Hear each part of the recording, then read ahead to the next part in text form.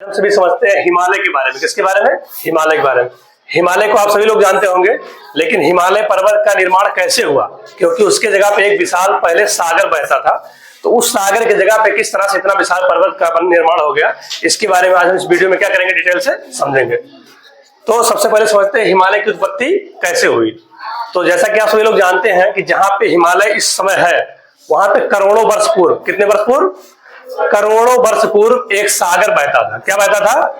सागर बहता था। और वो सागर बीचों बीच में बहता था। उसके दोनों तरफ क्या था? दो लैंड दोनों तरफ थे। उत्तर दिशा में था, यह है उत्तर दिशा। उत्तर दिशा में कौन सा था? अंगारा लैंड। क्या था? अंगारा लैंड। उत्तर दिशा में था अंगारा लैंड और दक्षिण दिशा में था गोंडवाना लैंड। कौन सा? हाँ, दक्षिण दिशा में था गोंडवाना लैंड। गोंडवाना लैंड। तो इस दोनों तरफ के क्षेत्रों का जो नदियों का पानी था, वो नदियों का पानी आके इसी सागर में क्या हुआ था? मिल रहा था। तो आप लोग जानते हैं, जब पानी आता है किसी माध्यम से, नदियों में बह रहा हो, तो इस पानी में तमाम प्रकार के मलबे भी बहते हैं। देखे होंगे ना, वो बालू के कण और बहुत सारे तमाम प्रकार के मलबे आके बहते हुए इसी में क्या करते थे? जमा होते थे।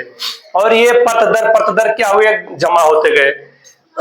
एक अचानक क्या हुआ? धरती के अंदर हलचल हुई, और जिस हलचल के कारण इन परतों का मोड़दार परत बन के उसमें क्या हुआ? पर्वत बन गया, मोड़दार वलय बन गया। ठीक है ना? वो वलय ऊपर उठता गया और एक दिन क्या हुआ? एक विशाल पर्वत का निर्माण हुआ, जिसे हम लोग किस नाम से आज जानते हैं? हिमालय पर्वत के नाम से जानते हैं। तो आप लोग समझ गए कि हिमालय पर्वत क्या था? पहले एक विशाल सागर था। इस सागर का क्या नाम था? तो इस सागर का नाम था टेथिस। क्या नाम था? टेथिस। क्या नाम था? टेथिस। यानी कि जिस जगह पे आज हमारा हिमालय है, वहां पे एक टेथिस नाम का बहुत ही विशाल और उथला सागर बहता था।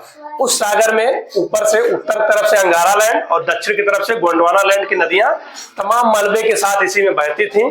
और वो मलबा जमते जमते क्या हुआ? इस पे परत दर परत जम गया। एक दिन क्या हुआ? अचानक धरती के अंदर हलचल हुई और ये मोड़दार वलय का निर्माण हुआ, और इसमें से धीरे धीरे पर्वत नुमा बनता गया, और ये पर्वत आज जाके क्या हो गया? हिमालय पर्वत का रूप ले लिया। समझ गए ना? तो इस पर्वत में, इसकी लगभग पर्वत की, जो हिमालय पर्वत आज हमारा है, इसकी ऊंचाई कितनी है? तो ये जो हमारा हिमालय पर्वत है, इसकी ऊंचाई लगभग कितना है? 8,848 मीटर है। कितना है? 8,848 मीटर है। और ये हमारा जो हिमालय पर्वत है, इसकी जो यहां से लेकर यहां तक लंबाई है, ये तो ऊंचाई हमारा हो गया 8,848 मीटर।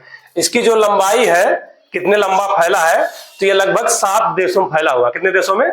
7 देशों में फैला हुआ, जिसमें हमारा भारत भी है। समझ रहे हो ना?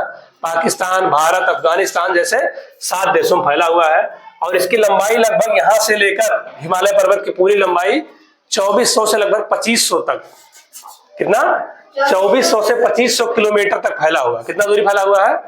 2400 से लेकर 2500 किलोमीटर तक लगभग फैला हुआ है।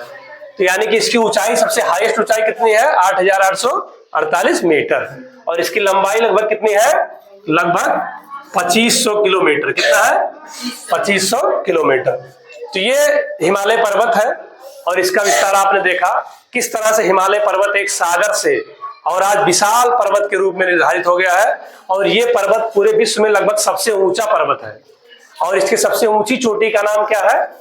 Mount Everest. क्या नाम है? Mount Everest. यहाँ ऐसे सैकड़ों ऊंचाई चोटियां हैं, लेकिन उसमें सबसे ऊंचा जब पूछा जाएगा आपसे पेपर में कि सबसे ऊंचा हिमालय पे कौन सी चोटी है, तो कौन सी है? माउंट एवरेस्ट है। उसी की ऊंचाई लगभग कितना है? 8,848 मीटर है। फिर आप देखेंगे, आपको पता चल गया लगभग कितने देशों में फैला हुआ है। विस्तार इसका है लगभग 7 देशों में फैला हुआ है, जो कि हमारे भारत में भी है। समझ रहे हैं ना? हमारे भारत के किस दिशा में हिमालय पर्वत है? तो उत्तर दिशा में हिमालय पर्वत है। समझ गए ना? ये है हिमालय पर्वत। यहां से हिमालय पर्वत का विस्तार हुआ है। इसको आप आसानी समझ सकते हैं। और अब आगे समझेंगे हम कि इस हिमालय पर्वत से के होने से हमारे देश में या पूरे विश्व में क्या, लोगों के जीवन में, देश के बारे में क्या अच्छाई है, क्या फायदा है, इसके बारे में समझेंगे। तो सबसे पहला फायदा यह है कि ये जो है उत्तर दिशा से आने वाली ठंडी हवाओं क्या करता है? रोक देता है। उत्तर दिशा से आने वाली ठंडी हवाओं क्या करता है? रोक देता है, जिससे हमारे यहाँ की मानसूनी हवाओं के ऊपर कोई फर्क नहीं पड़ता है और बारिश होने में क्या होता है, मानसूनों को कोई भी परेशानी नहीं होती है। तो ठंडी हवाओं क्या करता है, रोकता है। शुष्क होने से हमारे यहाँ के वातावरण क्या करता है, बचा लेता है। नंबर दूसरा पॉइंट क्या हमारा है, नंबर दूसरा पॉइंट हमारा ये है कि यहाँ पर बहुत सारी जड़ी बूटियां पाई जाती हैं। क्या पाई जाती हैं, जड़ी बूटियां पाई जाती हैं। और इन जड़ी बूटियों को क्या होता है, इनसे बहुत सारी असाध्य बीमारियों का दवा बनाई जाती है, औषधियां बनाई जाती हैं, जिन औषधियों से गंभीर बीमारियों का इलाज किया जाता है। तो ये जड़ी बूटियां कहाँ पाई जाती हैं, हिमालय पर्वत पर पाई जाती हैं। अगला तीसरा पॉइंट क्या है, यहाँ पर्यटन का बढ़ावा मिलता है। क्या मिलता है, पर्यटन का बढ़ावा मिलता है। बहुत ही रमणीय स्थल यहाँ पे हैं, लोग विदेशों से घूमने आते हैं, मनोरंजन के लिए आते हैं, देखने आते हैं, वहां मनोरंजन करने आते हैं। तो इससे क्या होता है, पर्यटन का बढ़ावा मिलता है। और जब पर्यटन का बढ़ावा मिलेगा तो जाहिर सी बात है वहां के देश की क्या होगी, अर्थव्यवस्था मजबूत होगी। क्या होगी, अर्थव्यवस्था क्या हो जाएगा, मजबूत हो जाएगा। कैसे हो जाएगा, जो विदेशी आएगा यहाँ खाएगा, घूमेगा, टहलेगा, तो जो भी रुपया देगा हमको, हमारे देश को, वो कहाँ जाएगा, सरकार के पास जाएगा और उससे हमारी अर्थव्यवस्था क्या होगी, एकदम मजबूत हो जाएगी। समझ गए ना। तो ये हिमालय है, हिमालय पर्वत है। हिमालय पर्वत की उत्पत्ति कैसे हुई आपको बता दिया गया। और यहाँ पे पहले क्या था, करोड़ों वर्ष पहले क्या था, तो ये टेथिस नाम का क्या था, टेथिस नाम का क्या था, सागर था।